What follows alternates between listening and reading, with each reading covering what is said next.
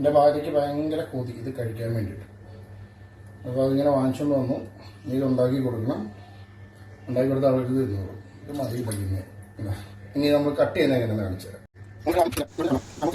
നമ്മൾ ഇത് കട്ട് ചെയ്യുക പറഞ്ഞാൽ തലയുടെ ഭാഗമാണ് ആദ്യം കട്ട് ചെയ്യുന്നത്. തലയുടെ ഭാഗം ആദ്യം കട്ട് ചെയ്ത് ഇങ്ങനെ സഞ്ചി പോലെ വരും. അതിനകത്തുള്ള എല്ലാ വേസ്റ്റുകളും നമ്മൾ ആദ്യം ഇങ്ങനെ എടുത്ത് കളയണം. എടുത്ത് കളയുമ്പോൾ അതിനകത്ത് കൂടുതൽ നെയ്യായിരിക്കും. ആ നെയ്യൊക്കെ നമുക്ക് ഒഴിവാക്കാം. നമുക്ക് നീറ്റ് മാത്രമേ നമ്മൾ കൂന്തൽ റോസ്റ്റ് ചെയ്യുന്ന പോലെ തന്നെയാണ്. കൂന്തലൊക്കെ ക്ലീൻ ചെയ്യത്തില്ല, അതുപോലെ തന്നെ നമുക്ക് ക്ലീൻ ചെയ്യാം. പിന്നെ ഈ വാഴയുടെ ഭാഗത്തിൽ ചെറിയൊരു പല്ലുണ്ട്. ആ പല്ലിങ്ങനെ ചെറുതായിട്ടൊന്ന് കട്ട് ചെയ്ത് കഴിഞ്ഞാൽ ആ പല്ല് നമുക്കിങ്ങനെ കയ്യിലെടുക്കാൻ പറ്റും. ഇങ്ങനെ ഒന്ന് പ്രസ് ചെയ്തതിൻ്റെ പല്ല് വരും.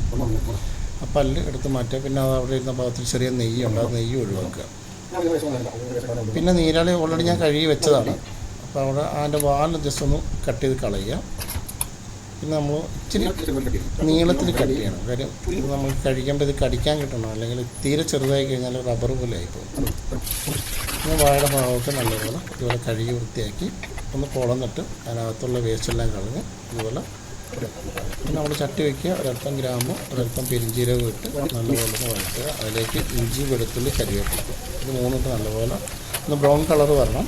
ബ്രൗൺ കളർ വരുന്നവരെ വഴറ്റുക. അത് കഴിഞ്ഞ് ഒരു 10 കുടമുളക് ഞാൻ ഉപയോഗിച്ചു. ഇതിന് എരിവില്ല, ഒരു മുളക്, പിന്നെ ഒരു 3 സവാള, അത് നല്ലപോലെ വഴറ്റുക. വഴണ്ട് വരുമ്പോൾ കുറച്ച് ഉപ്പിടുക.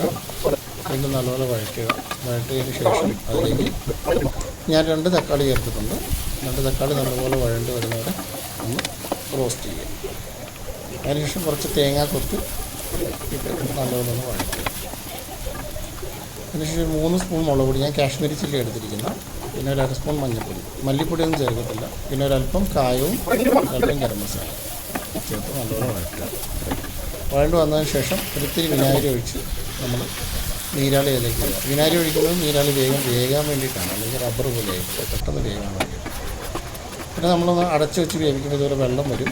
അത് നമ്മൾ വീണ്ടും ഒന്ന് നല്ലപോലെ വറ്റിക്കണം. വെള്ളം മൊത്തം വറ്റിയതിന് ശേഷം ഒരു 3 സ്പൂൺ കുരുമുളക് പൊടി അതിനകത്തേക്ക് ആഡ് ചെയ്യും.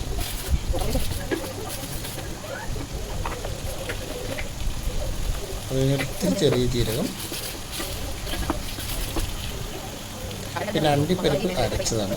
ഒരു 10 അണ്ടിപ്പരിപ്പ് അരച്ച് അതിലേക്ക് ചേർക്കുക. ഒരുപാട് വെള്ളവും ചേർക്കരുത്.